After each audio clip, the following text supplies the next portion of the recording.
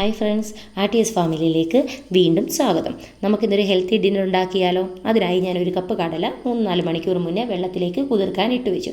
കുതിർന്ന് വന്നപ്പോൾ കഴുകി നന്നായി വൃത്തിയാക്കി ഒരു കുക്കറിലേക്ക് മാറ്റി കുറച്ച് ഉപ്പുമിട്ട് അത് വേകാനായി അടുപ്പിലേക്ക് വെച്ചു.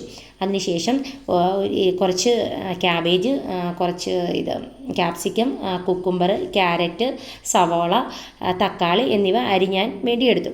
അപ്പോൾ മല്ലിയില മറന്നുപോയി, ആഫ്രിക്കൻ മല്ലി ഉണ്ടായിരുന്നതുകൊണ്ട് അത് വെച്ച് അഡ്ജസ്റ്റ് ചെയ്യാൻ ഒരെണ്ണം പിച്ചിയെടുത്ത് വന്ന വഴിക്ക് 2 പച്ചമുളകും കൂടി വേണമായിരുന്നു, അത് മറന്നുപോയതാണ്, പിച്ചിയെടുത്തു. അപ്പോഴത്തേക്ക് നമ്മുടെ കടല വെന്തത് ഊറ്റിയെടുത്ത് വെച്ചിട്ടുണ്ട്. പിന്നെ ഞാൻ ആ പച്ചക്കറികളെല്ലാം അരിഞ്ഞെടുത്തു. ഞാൻ നീളത്തിലാണ് അരിഞ്ഞെടുത്തിരിക്കുന്നത്, ഇവിടെ കഴിക്കാൻ അങ്ങനെയാണ് ഇഷ്ടം. നിങ്ങൾക്ക് ചെറിയ പീസുകളാക്കി അരിയാനാണ് ഇഷ്ടമെങ്കിൽ അങ്ങനെ എടുക്കാം. മല്ലിയില പ്രത്യേകം അരിഞ്ഞ് മാറ്റി വെച്ചു. പിന്നെ ഒരു ഇഡ്ഡലി പാത്രത്തിലേക്ക് വെള്ളം വെച്ചിട്ട് തട്ടും വെച്ചു, ഗ്യാസ് ഓണാക്കി.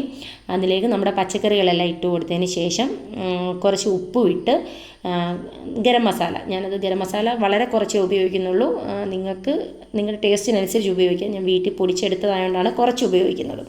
പിന്നെ കുരുമുളക് പൊടി, അത് നിങ്ങളുടെ എരിവിനാവശ്യമായിട്ട് ഉപയോഗിക്കാം. എല്ലാം കൂടി പൊടികളെല്ലാം നമ്മുടെ പച്ചക്കറികളിലേക്കെല്ലാം എത്തക്ക വിധത്തിൽ ഒന്ന് മിക്സ് ചെയ്തെടുത്തു. അതിനുശേഷം നമ്മുടെ കടല വേവിച്ച് വെച്ച കടല അതിലേക്ക് കൊട്ടിയിട്ട് എല്ലാ ഭാഗത്തേക്കും ഒരുപോലെ ഒന്ന് പരത്തി വെച്ച് കൊടുത്തു. അപ്പോൾ 1-2 കേട് കണ്ടു, അത് ഞാനങ്ങ് പിറക്കി കളഞ്ഞു. അപ്പോൾ തന്നെ എന്നിട്ട് അടച്ചു വെച്ചിട്ട് ഒരു 5 മിനിറ്റ് ആവിയിൽ വേവാൻ അനുവദിച്ചു.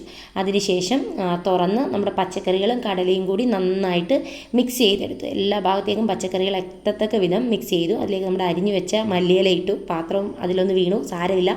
അതിനുശേഷം മിക്സ് ചെയ്തിട്ട് നമ്മുടെ സെർവിങ് ബൗളിലേക്ക് മാറ്റി നാരങ്ങാനീരും പിഴിഞ്ഞൊഴിച്ചു. ഇത് നല്ല ഹെൽത്തി ഒരു ഡിന്നറാണ്. നമ്മൾ വേറെ ഒന്നും നമ്മളിത് കഴിക്കേണ്ട ആവശ്യമില്ല. എല്ലാവരും ഒന്ന് മസ്റ്റ് ട്രൈ ആണിത്. Thank you for watching.